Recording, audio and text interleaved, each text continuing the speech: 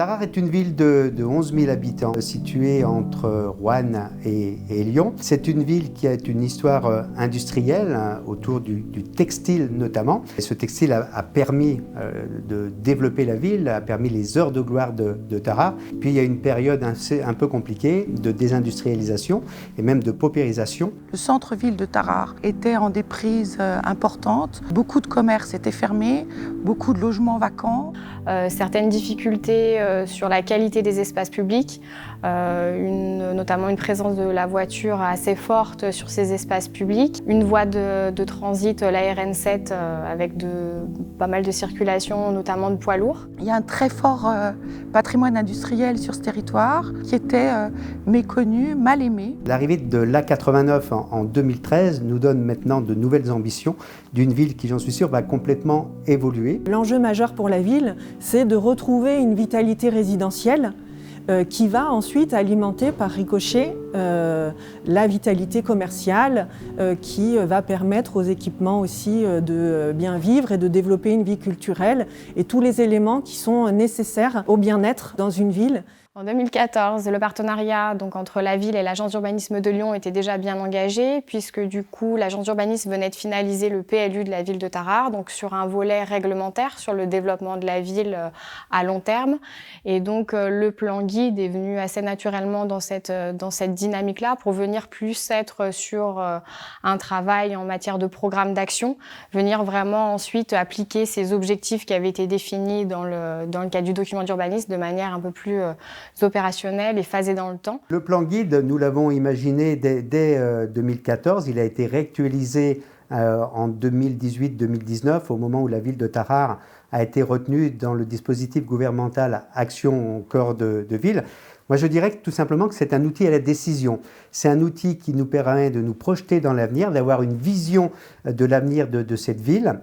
Et surtout, voilà, une cohérence dans les projets, que ce soit des projets privés ou des projets publics. Sur les grandes orientations stratégiques, donc on a finalement des orientations un peu classiques de développement d'activités économiques, d'économie de proximité. Tout un volet sur l'espace public assez fort, sur l'amélioration de la qualité des espaces publics et avec notamment une partie espace vert. On a tout un angle pour venir travailler sur le volet déplacement et le volet stationnement.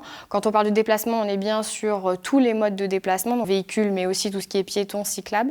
Le centre-ville, c'est quand même une vallée construite. C'est un centre-ville étiré, avec des choses qui étaient peu construites, voire pas construites. C'est pas du tout une structure de bourg traditionnelle. Donc il fallait vraiment étudier par la traversée ce qui pouvait se faire. Un des enjeux était tout simplement de travailler sur la traversée de ville avec plusieurs objectifs. Apaiser la circulation, également changer l'image de la ville de Tarare. Le théâtre a été requalifié, donc l'idée c'est vraiment aujourd'hui de venir aussi retravailler cette place qui vient finalement mettre en scène aussi un équipement public.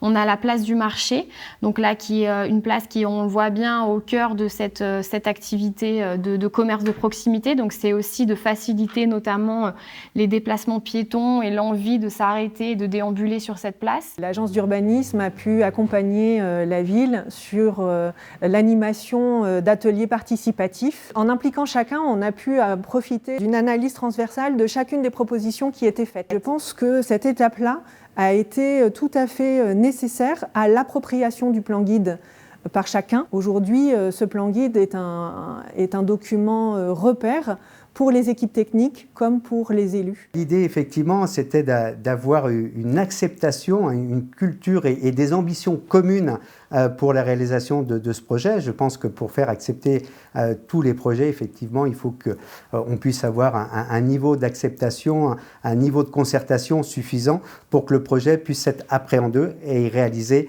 convenablement. On s'est rendu compte que certaines actions qui avaient été inscrites en 2014 avaient finalement toujours pas vu le jour parce qu'il y avait des actions préalables à mettre en œuvre et on est venu vraiment travailler ce plan guide pour qu'il soit encore plus opérationnel et qui nous guide encore plus au quotidien dans la mise en œuvre des actions et aussi dans le choix pour les élus et les priorisations. On est vraiment sur un document qui amenait à évoluer, qu'on a confronté aux réalités finalement d'évolution du territoire et qu'on a pu venir adapter. En 2014, il y a un événement majeur qui se produit à Tarare et qui est visible, la décision pour le brasseur Ninkasi de s'implanter à Tarare dans un bâtiment qui est ici nommé les Teintureries et qui était abandonné alors que c'est une pièce très forte à l'entrée de la ville sur la RN7. Il y a vraiment eu un travail pour valoriser ce bâtiment, valoriser ses abords où on a de l'activité de bureau, on a de l'activité commerciale avec le Ninkasi, avec également de la production. On présente aujourd'hui aussi une image pour la ville de Tarare. Ce projet est vraiment une locomotive à Tarare. Il est situé vraiment à l'entrée du centre-ville et il a permis d'asseoir une revitalisation sur toutes les rues adjacentes qui est devenu le symbole justement d'une reconversion d'un patrimoine industriel. Un des problèmes importants pour la ville de Tarare était le logement. Nous avons sur Tarare 5500 logements avec un taux de vacances important, autour de 10% de vacances.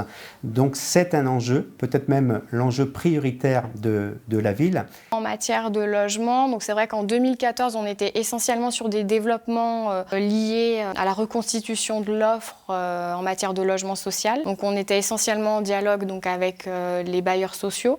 Finalement, on se rend compte que depuis plusieurs années, on a une attractivité qui est renforcée et on voit qu'on a des promoteurs privés, des investisseurs qui viennent et qui s'intéressent à la ville de Tarare. On s'aperçoit également depuis quelques années seulement qu'avec le travail qui a été initié, l'image de la ville est en train de changer, l'effet ville à la campagne est de plus en plus apprécié et aujourd'hui, de nombreux investisseurs, promoteurs privés viennent me rencontrer pour me présenter des projets. Et c'est vrai que d'avoir ce plan guide et d'avoir cette feuille de route, pour nous, c'est une vraie force après dans la discussion avec les promoteurs et les investisseurs pour pouvoir leur montrer que la ville a une vraie vision des développements qui sont souhaités, des quartiers où on souhaite développer.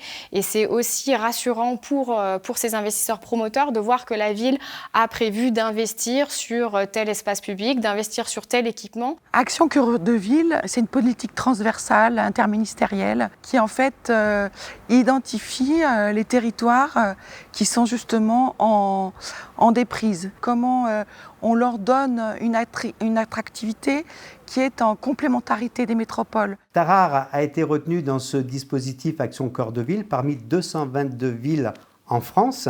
C'est une des plus petites villes retenues dans ce cadre-là. Et il est vrai que le travail qui avait été réalisé en amont avec ce plan guide, avec le travail partenarial avec l'agence d'urbanisme, nous a beaucoup facilité les choses, notamment au niveau des diagnostics. Action Cœur de Ville demande à ce que les projets soient pratiquement matures pour pouvoir être opérationnel. Je pense que chaque territoire doit mener les expertises à son niveau en fonction de ses réalités. Pour moi, c'est une évidence. Faites des diagnostics, engagez-vous dans une démarche pour essayer de comprendre de quoi est fait vraiment votre territoire. Ce qui est reproductible d'un territoire à l'autre, c'est la démarche participative qui a été mise en place avec notamment les ateliers de travail et de réflexion. Et je pense que cette implication, y compris de l'ensemble des services de la ville, mais aussi de l'agglomération, a été fondatrice du projet commun.